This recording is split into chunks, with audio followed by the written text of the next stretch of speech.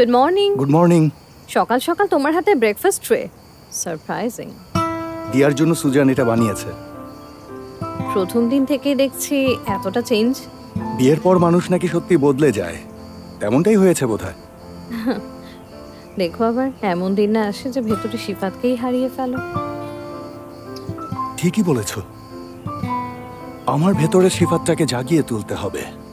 ঠিকই বলেছ। ধরো,